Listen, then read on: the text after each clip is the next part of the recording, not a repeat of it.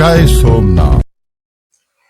નમસ્કાર, મેં Manoj Chauhan the Gir Somnath post digital news ચેનલમાં દર્શક મિત્રોનું સ્વાગત છે. મહત્વના સમાચાર સાથે આપણે ફરીવાર જોડાયા છે. ગુજરાત સુરતમાં એક શરમજનક ઘટના સામે આવી છે. ગૃહ વિભાગ દ્વારા અવારનવાર સૂચના આપવામાં આવતી હોય પોલીસ તંત્રને કે ભાઈ જ્યાં જે જગ્યાએ વ્યાજનો ધંધો કરતા માફિયાઓને પકડો, એમના વિરુદ્ધમાં કાનૂની કાર્યવાહી કરો, પણ અત્યાર સુધી ક્યાંય કોઈ તાલુકા જિલ્લાઓમાં ગામડાઓમાં પોલીસ તંત્રના અસરથી વ્યાજખોરોમાં કોઈ પણ જાતનો ડર કે ભય કોઈ પણ પ્રકારનો દેખાતો નથી. એવી જ એક ઘટના સામે આવી છે. સુરતથી ચિરાગ ગોટી નામના માસ્ટર માઇન્ડ વ્યક્તિએ લગભગ ઘણા બધા લોકોને વ્યાજના ચક્રવ્યૂહમાં ફસાવી દીધા છે અને લોકોનું અપહરણ કરી એના ઘરમાં લઈ જાય,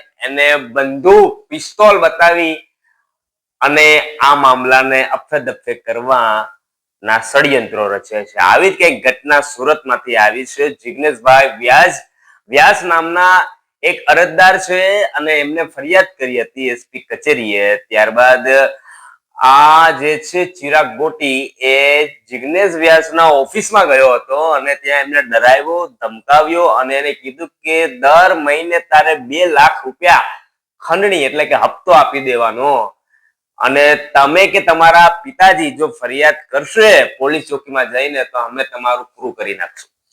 આવા પ્રકારની ધમકીઓ આપી અને ગયા. અને પછી જ્યારે એમને માહિતી મળી કે ભાઈ ફરિયાદ આ લોકો કરવાના જ છે, કાયદેસર રીતે કાનૂની કાર્યવાહી કરશે જ અમારા વિરુદ્ધમાં, એટલે ચિરાગ ગોટી, યાદવ વગેરે સહિતના તમામ એના જે ટીમના બધા લુખ્ખા તત્વો હતા એ બધા લોકો મળી જિગ્નેશ વ્યાસ નું અપહરણ કર્યું.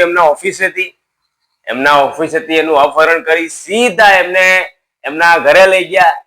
ચિરાગ ગોટી એમના ઘરે લઈ ગયો અને ચિરાગ ગોટીએ એમના ઘરમાં એમને સમજાવી દીધા બંને બાપ દીકરાને કે હું તમને કહું ને એ તમારે કરવાનું છે, હાથ જોડવાના, માફી માંગવાની અને સોશિયલ મીડિયામાં એનો દહેશત ફેલાવવો જોઈએ ચિરાગ ગોટી નામના વ્યક્તિનો, કે જો આનાથી કેટલા લોકો ડરે છે, દબાય છે. આના પાસેથી જે લોકો વ્યાજે પૈસા લે છે એને 1 ગણા નહીં પણ 10 ગણા પૈસા બનાવીને દેવાના, 20 ગણા પૈસા બનાવીને આપવાના, પણ આની સામે અવાજ નહીં કરવાનો. કાયદા કાનૂન બધું એના ખિસ્સામાં છે.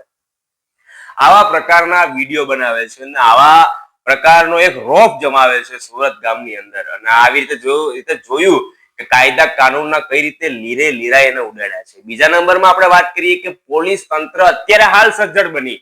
અત્યાર સુધી પોલીસ તંત્ર સુરતની ક્યાં હતી, શું કરતી હતી? અત્યારે જ કેમ આ ઘટના બહુ મોટી બની? આ વિડીયો સોશિયલ મીડિયાના માધ્યમથી વાયરલ થયો. તમામ ઇલેક્ટ્રોનિક મીડિયા, પ્રિન્ટ મીડિયા દ્વારા આને પેપરમાં છાપવામાં આવ્યું, ટીવી ન્યૂઝ ચેનલોમાં પ્રકાશિત કરવામાં આવ્યું. પછી જ પોલીસ તંત્ર કેમ એક્ટિવ થઈ? આની પહેલા પોલીસ તંત્ર કેમ એક્ટિવ ના થઈ? આની પહેલા ઘણી બધી ઘટનાઓ બની છે. ગૃહ વિભાગ દ્વારા હર્ષભાઈ સંઘવી જે નાયબ મુખ્યમંત્રી છે એમના દ્વારા પણ પરિપત્રો જાહેર કરવામાં આવ્યા છે. એમને આ વ્યાજખોરો વિરુદ્ધમાં કાનૂની કાર્યવાહી કરવા માટે, કડક કાયદા અમલમાં લાવવા માટે વારંવાર સૂચન કર્યું છે પોલીસ તંત્રને. છતાં પણ પોલીસ કેમ મીઠી નજર રાખતી હતી? એની આંખની સામે એની મીઠી નજર ના કારણે આવા લોકોનો દહેશત ફેલાય છે. આવા જે લોકો, ચિરાગ ગોટી જેવા લોકો દરેક રાજકીય પાર્ટીમાં જઈને ફોટા ખેંચાવે છે. એને કોઈ ઓળખતું નથી, એને કોઈ જાણતું પણ નથી. ક્યાંક ફોટો ખેંચાવે છે ભારતીય જનતા પાર્ટીમાં, તો ક્યાંક ખેંચાવે છે કોંગ્રેસમાં, તો ક્યાંક આપમાં. તો આવા વ્યક્તિઓને ખરેખર હર કોઈ રાજકીય પાર્ટીમાં પ્રોત્સાહન ના મળવું જોઈએ. અને જે પણ લોકો ગુજરાતના કોઈ પણ તાલુકા જિલ્લામાં વ્યાજનો ધંધો કરે છે, ડબલના ત્રિબલના 10 ગણા રૂપિયા ઉઘરાવે છે, સામેવાળા લોકોની મજબૂરીનો ફાયદો ઉપાડે છે અને એ લોકો પાછા ડરે છે, દબાય છે અરજદારો કે હવે એટલા પૈસા લઈ લીધા છે તો આના વિરુદ્ધમાં કેમ જવું? અરે ભાઈ, પોલીસ તંત્ર છે, કોર્ટ છે, તમને ન્યાય મળશે, તમે અવાજ ઉપાડો.